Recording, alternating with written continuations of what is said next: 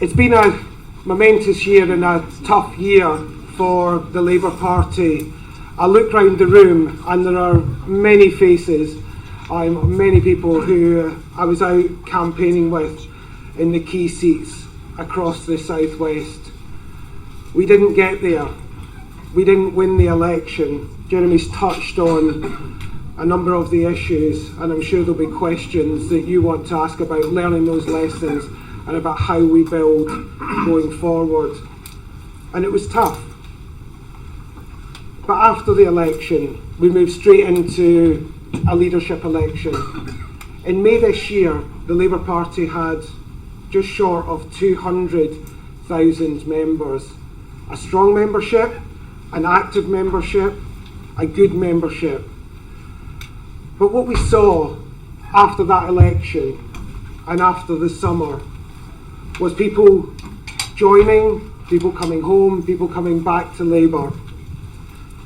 And when we got to the final set of ballots going out for the leadership election, over 550,000 people had an opportunity and a say in the leader of our party. And that was on the reforms of opening up, bringing in affiliated supporters and bringing in registered supporters. As Jeremy touched on, and Karen before that, many of those people voted online. It was the largest internet web-based ballot that this country has ever had. But here's the challenge. The elections in 2016 across councils in the South West, here in Bristol for the mayor, our police and crime commissioner elections, elections in Wales and Scotland and for the mayor of London are going to be tough. Because the point that we're coming against is 2012 elections, when Cameron and Osborne, especially Osborne, had just delivered the omnishambles budget. Do you remember it? Taxes on church roofs, taxes on pasties. At that point, the Labour Party were 6 to 7 points ahead of the Conservatives. We're not there now. And those elections next year are going to be tough.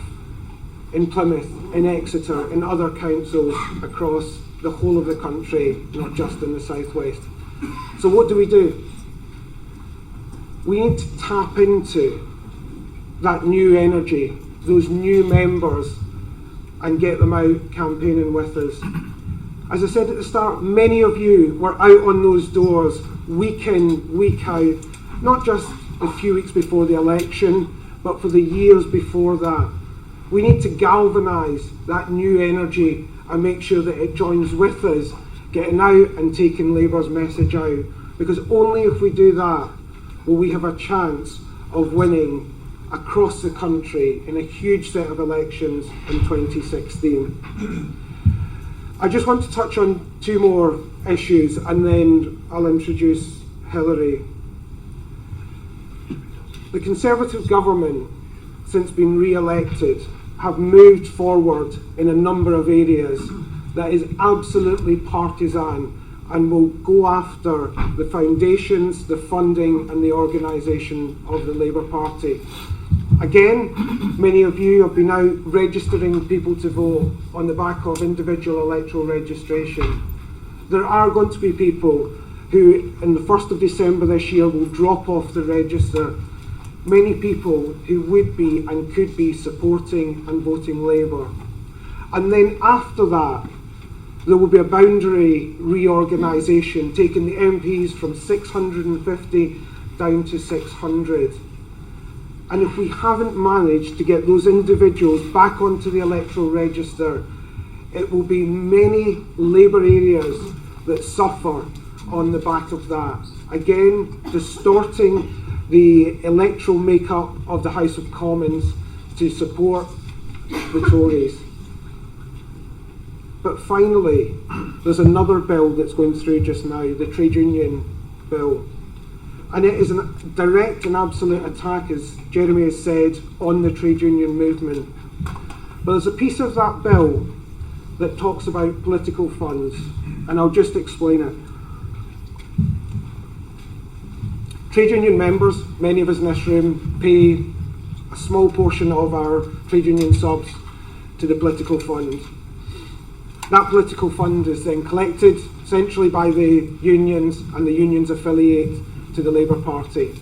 Nationally, we bring in from the trade unions and affiliated unions about £6 million a year, £3 from millions of trade union members who pay the political levy. The Conservative government, for the first time in the history of a government, well actually since the 1920s, are going after that political fund inside the trade unions. And what they're saying is, all of us who are members, who pay the political levy, will have 3 months after that bill goes into legislation. We will have to sign and write a piece of paper and send that back to our unions so that our unions can then take that forward and build their political funds and affiliate. I think we're looking at the vast majority of the political fund members dropping off, and that £6 million, which is a really important part of our funding to support our campaigning and organisation, being stripped away by the end of this year.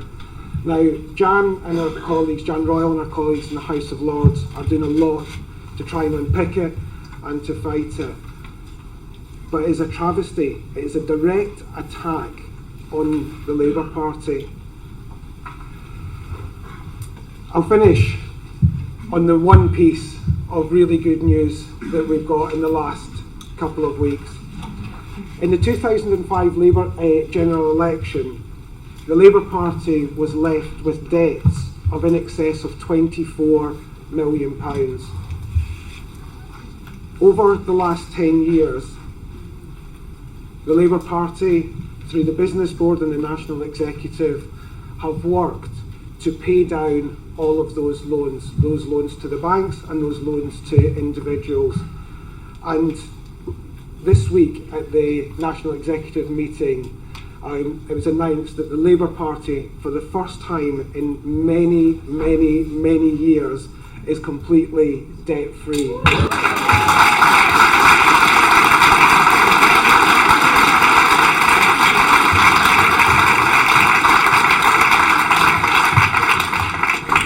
Just a pity that George Osborne isn't as good as that.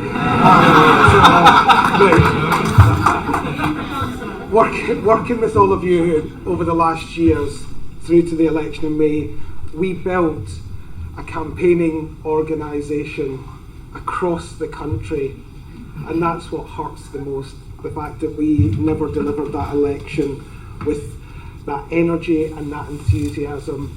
The staff, our activists, our councillors were just stunning, and I'm so proud of every part of the Labour Party.